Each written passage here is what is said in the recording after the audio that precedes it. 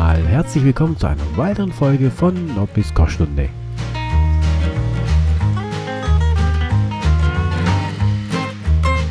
Und dieses Mal dreht sich das Ganze um die leckeren Kaiserbrötchen.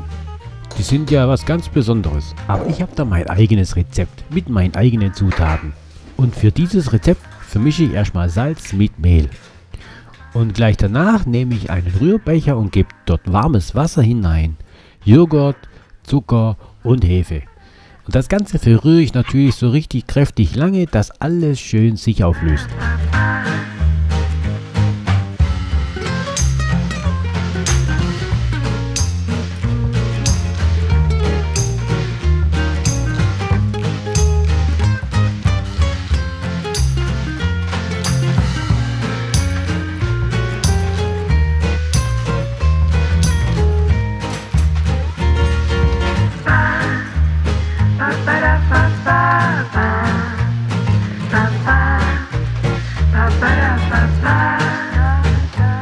Und diese Flüssigkeit, die geben wir jetzt zum Mehl hinzu und kneten das Ganze für ein paar Minuten durch.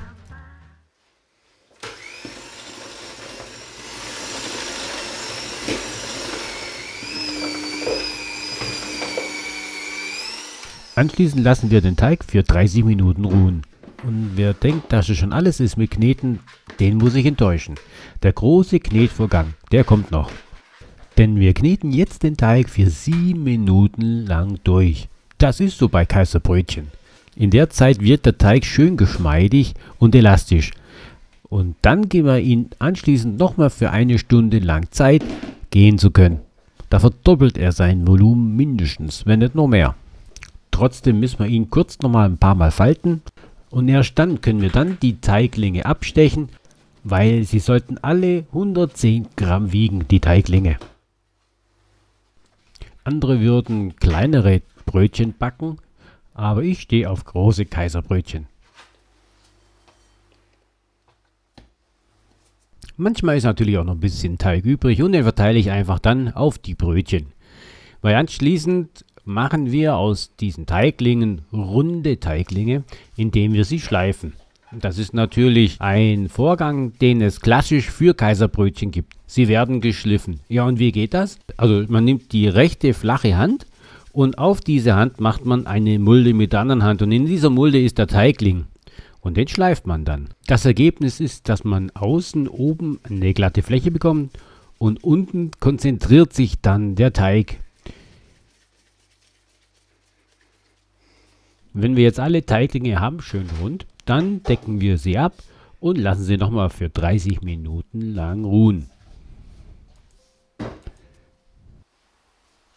Ja, und jetzt kommt was man mit viel Übung hinbekommt, indem man die typische Kaiserbrötchenform herstellt.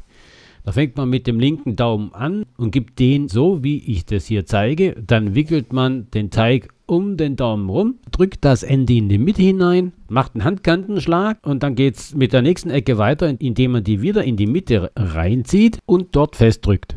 Das Ganze mache ich 3-mal und nicht 4-mal, wie jetzt bei den typisch traditionellen Kaiserbrötchen. Und beim letzten Mal drückt man das Ende dort hinein, wo der Daumen sich befindet. Den zieht man vorher raus und somit habe ich jetzt 4 Teile und wie schon gesagt, keine 5 wie bei Kaiserbrötchen bei den traditionellen. Ja, und jetzt warum 4 und keine 5? Also es ist echt schwierig, die Kaiserbrötchenform hinzubekommen. Da geht es bei mir bei 5 schon gar nicht und bei 4 einigermaßen. Und da ich bei uns hier so viel unterschiedliche Brötchen backe, damit keine Langeweile entsteht, fehlt mir auch ein bisschen die Übung, um sie perfekt hinzubekommen. Dickes Lob und Hut ab vor den Bäckern, die das einfach aus dem Handgelenk mit Leichtigkeit perfekt hinbekommen.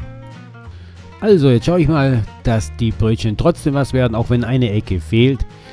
Sobald ich ein Brötchen fertig habe, drehe ich es dann auf den Kopf, sprich das Muster ist unten auf der Arbeitsfläche. Und geben sie dann so auf das Backblech drauf. Auf das Backblech habe ich Backpapier drauf gemacht, damit wir nachher die Brötchen sehr einfach da wegbekommen. Und gebe sie da erstmal drauf, natürlich mit der Oberseite nach unten und lasse das Ganze nochmal für 30 Minuten ruhen.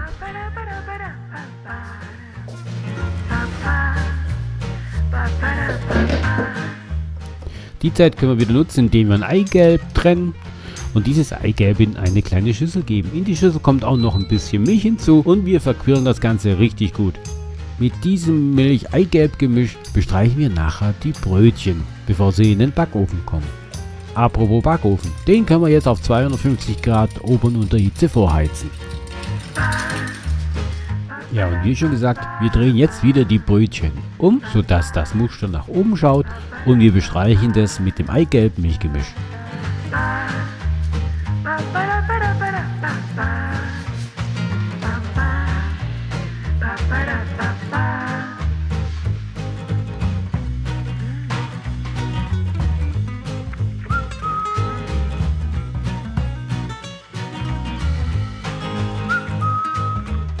So, und jetzt ist es soweit. Jetzt geht's ab in den Ofen mit den Brötchen. Den haben wir ja, wie schon gesagt, auf 250 Grad Ober- und Unterhitze vorgeheizt und dort verbleiben sie für 12 Minuten. Nun, wie schon gesagt, mir fehlt die Übung, sodass jetzt diese Kaiserbrötchen ein bisschen rustikal aussehen. Und ich gebe es auch zu, ich bin auch ein bisschen ungeschickt darin. Aber schmecken tun sie so richtig gut. Nun, vielleicht kriegt man aber auch die Kaiserbrötchen anders hin. Einfacher.